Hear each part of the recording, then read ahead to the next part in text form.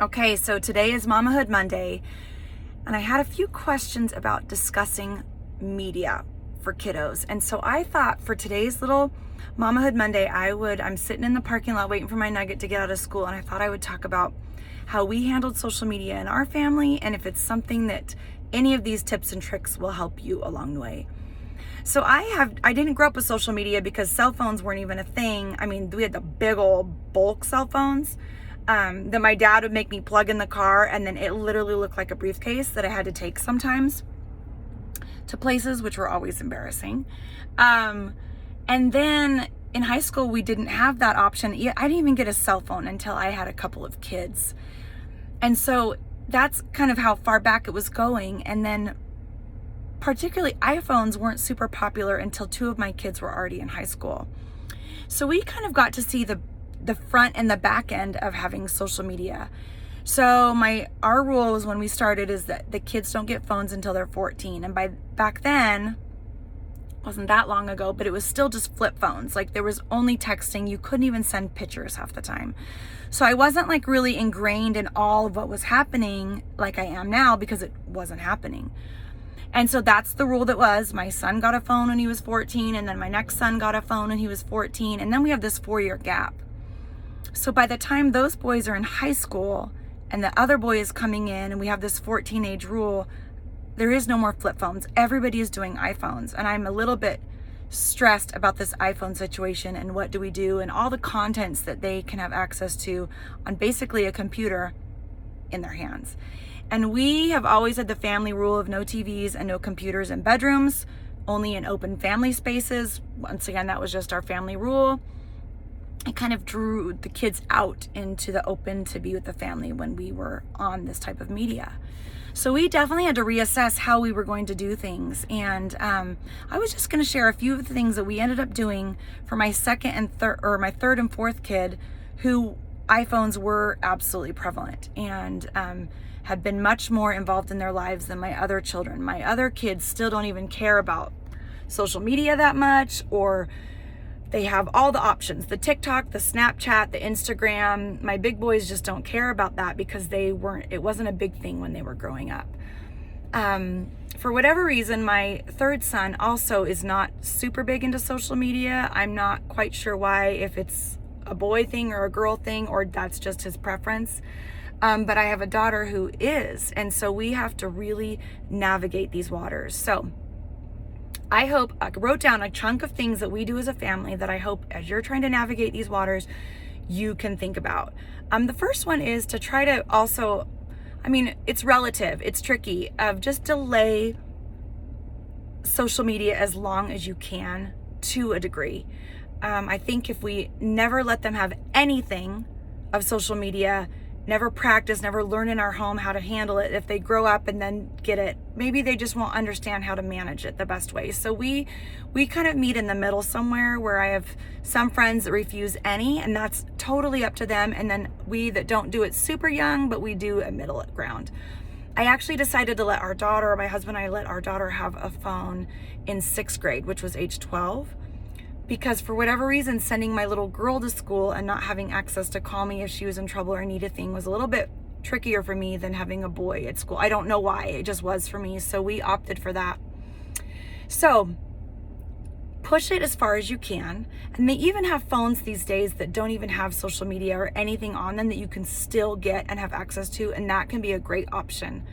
But here's some of the rules that we formed as a family.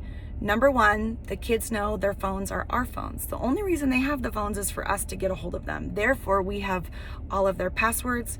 We check their text messages. Now that my boys are older, I don't, they're adults. But there was a time where I was having every text message come to my computer. And the kids know that. So they're aware that it's not a secret and we're not spying on you. It's just, this is how it is because I need to help you navigate this new situation. So having access, so first of all, choosing when your kids get to have this type of social media, I encourage you to push it off as long as you can, but not until they're adults, because they need an opportunity to learn how to navigate it while they're still in your home. Second is making sure they understand that the phone is your phone and that you get to have access to it passwords anytime, any place. Now, some people battle that's an invasion of their privacy. I understand that. But for our family, we decided, for me to be able to understand and keep you safe, I need to understand what's happening on your phone. Now, did we watch and track the phone stuff all the time? No. But it was there if I needed to. So that was something that we did. A couple of other things is we set family rules. So for instance, phones weren't allowed in bedrooms because it was basically like a computer, not at the dinner table. We set rules of like, and they would change as the seasons would go, right? When it was winter and it's darker, they had a little more access to phones because they weren't outside as much. But we just set family rules that worked for us. And so I would encourage you to set family rules that everybody discusses and agrees on so that you feel comfortable. Even when kids come over now, we'll be like, just set all your phones right here. It's not a rule, but we just encourage them so that they're just engaging with each other and not always on their phones. Mike and I are super present when we have lots of kids over, and we're just like, oh, put down your phones, let's play a game. We try to get them engaged. And so we have family rules like that. We also, for a long time, had no internet access on their phones. We had to change that once they got into high school because they had to submit homework and things that required internet access. And so we had to monitor and gauge that as well. You can set tons of rules on your phones. If you don't know that already, the new updates have gotten so much better that you can set all types of regulations on your kids' phones. Some other things that we did were called digital free zones, like where we just don't have phones here. Like I said, no phones in the bedrooms. A lot of times when they were down in the basement, because we have basements, we're like, oh, we don't really need phones down there. Anywhere that we felt like they just didn't need to have access to them, and they were not enjoying the company as much. Another trick that we did was, if you wanted a social media platform, how about we download it on my phone, and when you would like to look up Instagram, you can get on my phone and look at the Instagram while you're present with me, like up in the kitchen, up in the living room. And so they could have access to it at a younger age-ish, but with me being present. A couple of rules that we made for social media is no searching, no search bar, always private accounts. You can't answer messages from somebody you didn't know. You can't follow somebody that you don't know or I don't know. And so I hope you guys can think of rules that work for your family that make you feel as safe as possible managing the accounts. I did some studying before I wanted to do this talk today, and these are the other things that came up that I realized, oh, these are things I teach already, and people have been like doing more studying and understanding the value of them. So one of them was to always look people in the eye and give them your undivided attention. And we used to do that even before media started. We were always like, look me in the eyes.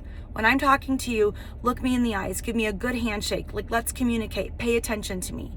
And so that's something to teach your babies. If they're always with their phones, okay, but when you're talking with somebody, put down your phone, turn it over, give them your undivided attention, because it's such a good skill to have. And sometimes I'll forget it and my kids will remind me, Mom, you're not listening. And I'm like, oh my gosh, I'm not. So that was a really great skill to think about. The other thing is, we used to teach our kids we don't text everything. For instance, if my boys are going to go on a date with a girl, they had to call her. They had to ask on the phone. And so if there's things that you can set into place, if you need to write thank you notes for your birthday party, we just don't always text those. We write handwritten notes, or you call somebody. And so if you can set some guidelines of where not everything is done through texting, some things are done still through social interaction, that can be really helpful. And then the other thing is to avoid your triggers, like mindless scrolling. Scrolling just for no reason, just sitting on your phone and looking up stuff. That's why we eliminated the search bar of, nope, we don't do the search bar in your phones. And then we would, on social media, and then we would check their phones periodically and double check that they weren't in the search engines. And if they had mistakes, then we had consequences for those, and they knew what they were before they got the phone and committed to like obeying the family rules for them. So those are just some tips and tricks. This is such a hard road to navigate. I just challenge you mamas to think about what's best for your family, what's best for each kid. Really do some studying and do some research.